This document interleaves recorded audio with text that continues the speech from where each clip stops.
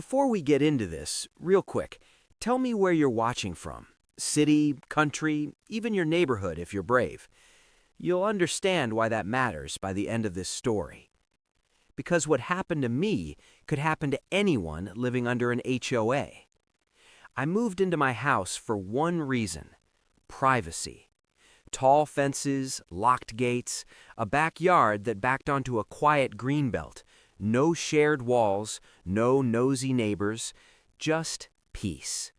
Or at least that's what I thought. I didn't know that my neighborhood was ruled by one person, Karen, the HOA president. And when I say Karen, I mean exactly what you're picturing. Late 30s, sharp bob haircut, smug expression permanently glued to her face, always wearing that bright pink blazer like it gave her authority. She walked like the streets belonged to her. The first week after I moved in, she showed up at my door with a clipboard. No welcome basket, no nice to meet you, just rules.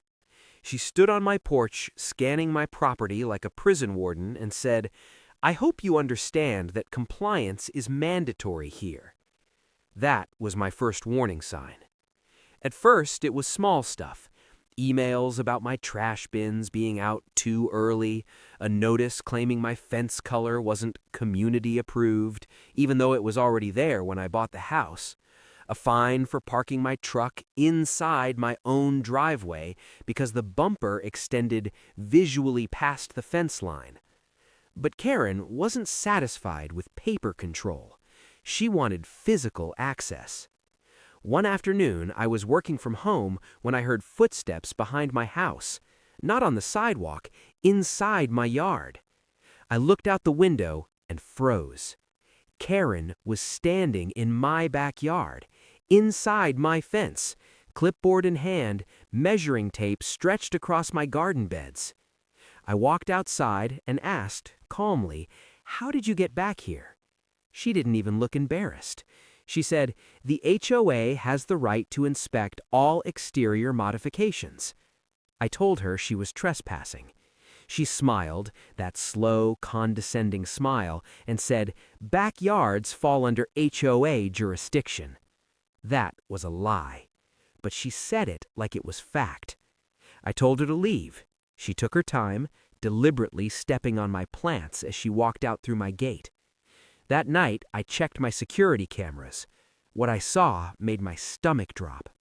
She'd been there before, multiple times, climbing over my fence when I wasn't home, walking around like she owned the place. Once, she even brought another board member with her and pointed at different sections of my yard, laughing. I called the police.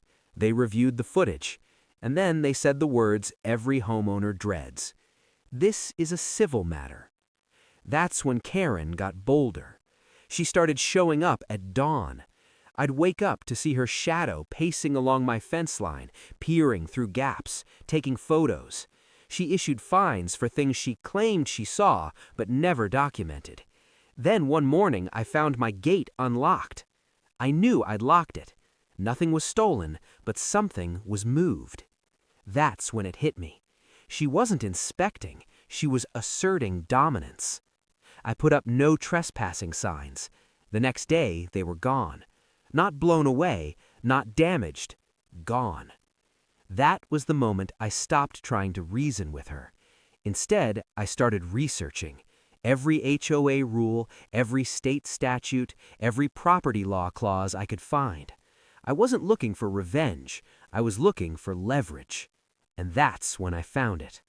A clause buried deep in state code that allowed homeowners to install electrified perimeter fencing under specific conditions, primarily for animal protection and security, as long as warning signage was visible. It wasn't lethal, but it was powerful, legal, and extremely unpleasant to ignore.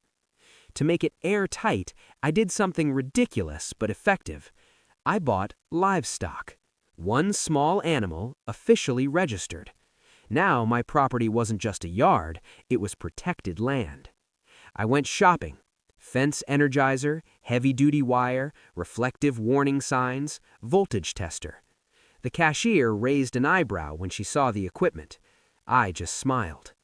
That afternoon, I installed everything carefully, not to harm anyone, but to make a point. The wire blended perfectly along the top of the fence, almost invisible unless you knew where to look. The warning signs were placed exactly where the law required, every angle covered, every rule followed. When I powered it on, the unit emitted a low, steady hum. I tested it once. The jolt snapped my fingers back instantly, strong, effective, unmistakable. That night, I left my backyard lights off, and I waited, because I knew something about Karen. She couldn't stand not being in control, and she hated being challenged. I didn't sleep much that night, not because I was scared, but because I knew. I knew Karen wouldn't stop. People like her never do. They don't see warning signs as cautions. They see them as challenges. Around 10:47 p.m., my phone buzzed.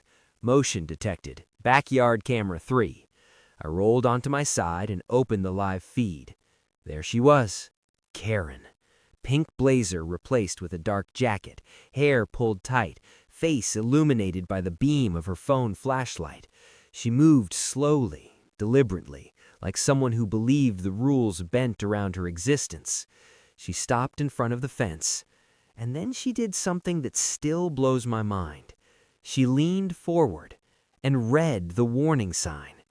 I watched her lips move as she mouthed the words, "Danger, electric fence, high voltage." She scoffed, actually scoffed, shook her head, rolled her eyes, then muttered something I couldn't hear. She stepped closer. My heart started pounding, not from fear, but anticipation. Everything was legal. Everything was documented. The permits were printed and sitting on my kitchen counter.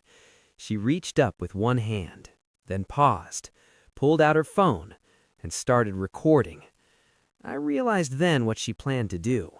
She was going to fake an incident, claim injury, blame me. Karen believed the fence wasn't real. She thought it was a bluff.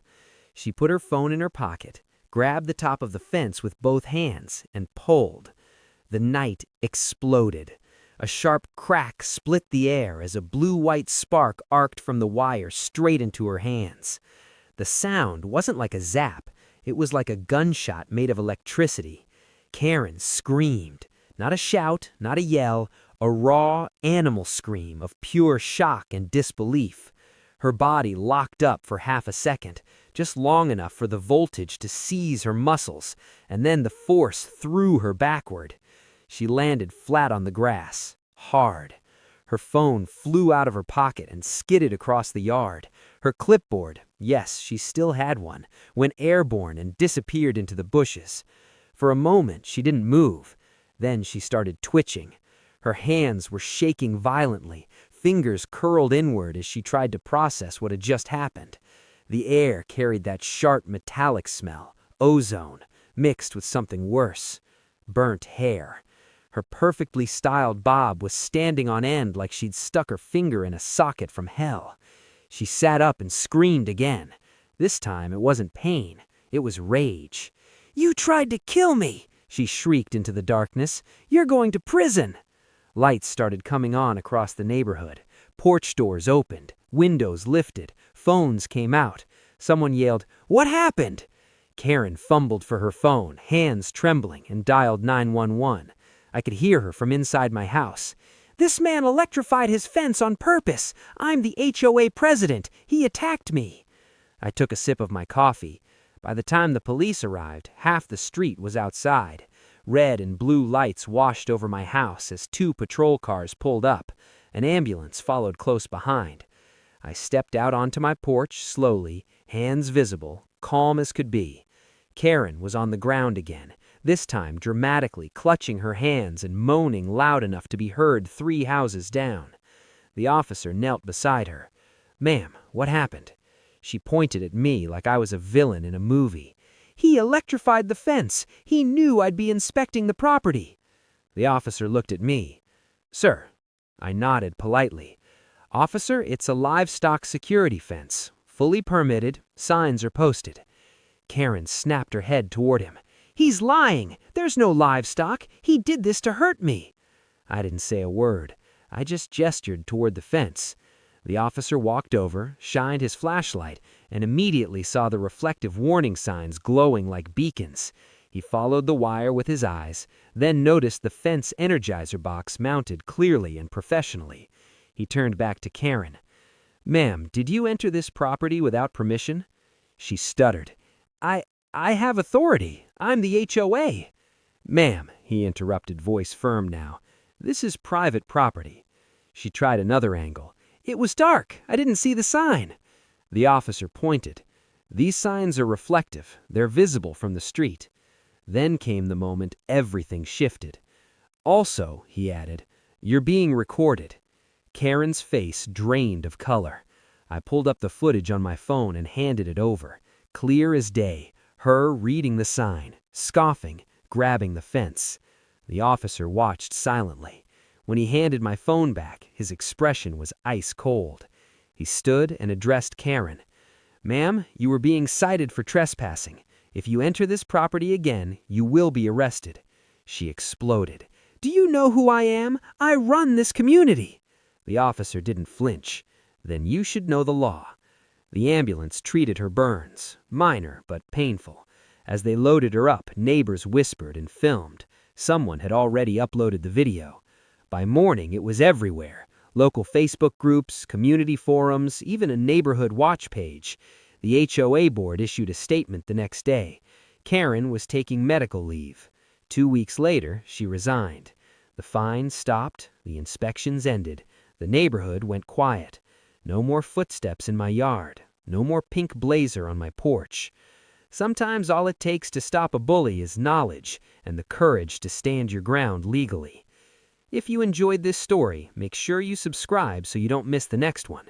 And remember, read the signs.